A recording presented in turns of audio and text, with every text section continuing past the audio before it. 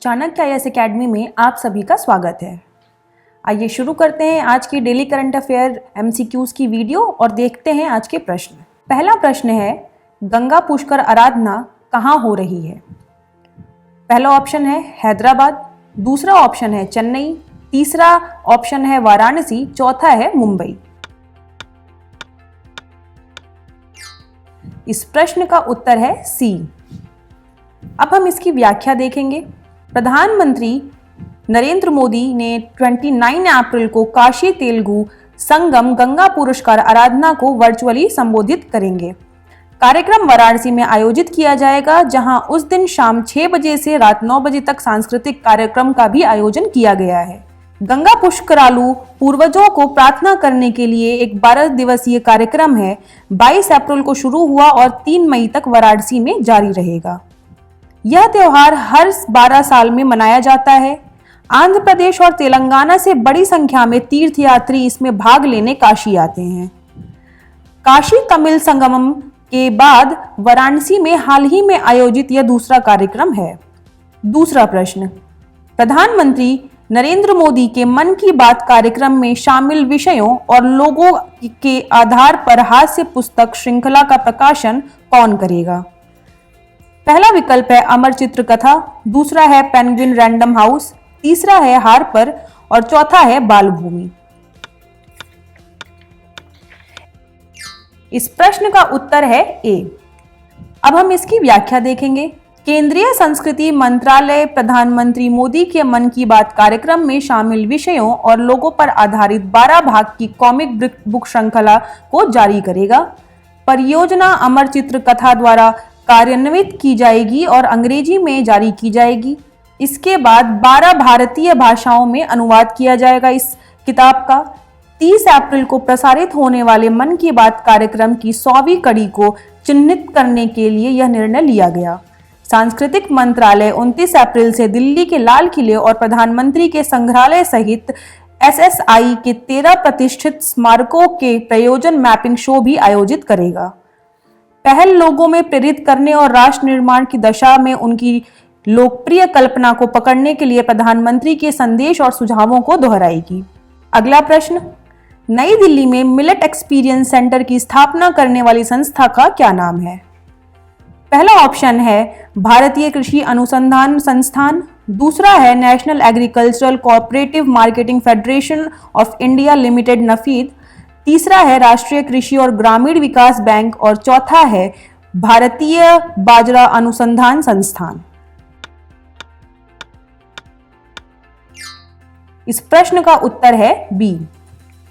कृषि मंत्री नरेंद्र सिंह तोमर ने national agricultural cooperative marketing federation of India limited के सहयोग से नई दिल्ली के दिल्ली हाट में बाजरा अनुभव केंद्र का शुभारंभ किया।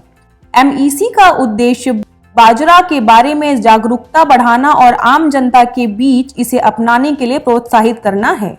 यह पहल प्रधानमंत्री नरेंद्र मोदी के नेतृत्व में बाजरा के अंतर्राष्ट्रीय वर्ष 2023 के उत्सव के अनुरूप भारत को बाजरा के लिए एक ग्लोबल हब बनाने की दिशा में एक कदम है। एमईसी का एक अनूठा भोजन अनुभव प्रदान करता है और ग्राहक स्थानीय बाजरा स्टार्टअप से विभिन्न प्रकार के रेडी टू ईट और रेडी टू कुक उत्पाद भी खरीद सकते हैं। एमईसी बाजरा के आहार संबंधी लाभों को बढ़ावा देता है और श्री अन्न को पोषण शक्ति के रूप में लोकप्रिय बनाता है। चौथा प्रश्न, ई जेल प्लेटफॉर्म पर जमानत आदेश साझाकरण मॉड्यूल परियोजना का उद्देश्य क्या है? पहला ऑप्शन है ऑनलाइन ट्रैफिक कोर्ट की कार्यवाही के लिए एक मंच प्रदान करना, दूसरा है ऑनलाइन आपराधिक अदालती कार्रवाई के लिए एक मंच प्रदान करना, तीसरा ऑप्शन है ऑनलाइन सिविल कोर्ट की कार्रवाई के लिए एक मंच प्रदान करना, या फिर चौथा ऑप्शन है कैदियों विचारधारियों को डिजिटल रूप से हस्ताक्षरित कर जमानत आदेशों को साझा करने के लिए उच्च न्यायालय और जिला अदालतों के लिए एक मंच प्रदान करना। इस प्रश्न का उत्तर है डी। भारत के मुख्य न्यायाधीश डीवाई चंद्रचूड़ ने वर्चुअल रूप से दिल्ली उच्च न्यायालय को 2 आईटी परियोजनाओं का शुभारंभ किया। परियोजनाओं में प्रतियोगिता वाले ट्रैफिक चालान के लिए डिजिटल कोर्ट और ई जेल प्लेटफॉर्म पर जमानत आदेश साझाकरण मॉड्यूल शामिल है। Digital traffic court virtual court पर लगे गए चालानों का फैसला करेंगे और ऑनलाइन कार्रवाई भी करेंगे। दूसरी पहल, देश में किसी भी जेल में बंद कैदियों को डिजिटल रूप से हस्ताक्षरित जमानत आदेशों को साझा करने के लिए उच्च न्यायालय और जिला अदालतों के लिए एक मंच प्रदान करेगी। मुख्य न्यायाधीश ने इंटरनेट की खाई को पाटने के लिए ई सेवा केंद्र स्थापित करने की आवश्यकता का सुझाव दिया और यह सुनिश्चित करने के लिए कि बिना इंटरनेट के नागरिक अदालती सेवाओं का लाभ उठा सकें। उन्होंने सुझाव दिया कि जेल परिसर में ई सेवा केंद्र भी स्थापित किए जाएं ताकि वहां बंद लोगों को सेवाएं प्रदान की जा सकें। अगला प्रश्न है, गम अरबी क्या है? हमारे विकल्प हैं, पहला, एक प्रकार का वृक्ष जिसका उपयोग फर्नीचर बनाने के लिए किया जाता है। दूसरा, यह एक सॉफ्ट ड्रिंक, कैंडी और सौंदर्य प्रसाधनों में से एक प्रमुख घटक है। तीसरा, मध्य पूर्वी व्यंजनों में इस्तेमाल होने वाला एक प्रकार का मसाला। और चौथा, इलेक्ट्रॉनिक उपकरणों के उत्पाद में प्रयुक्त सामग्री।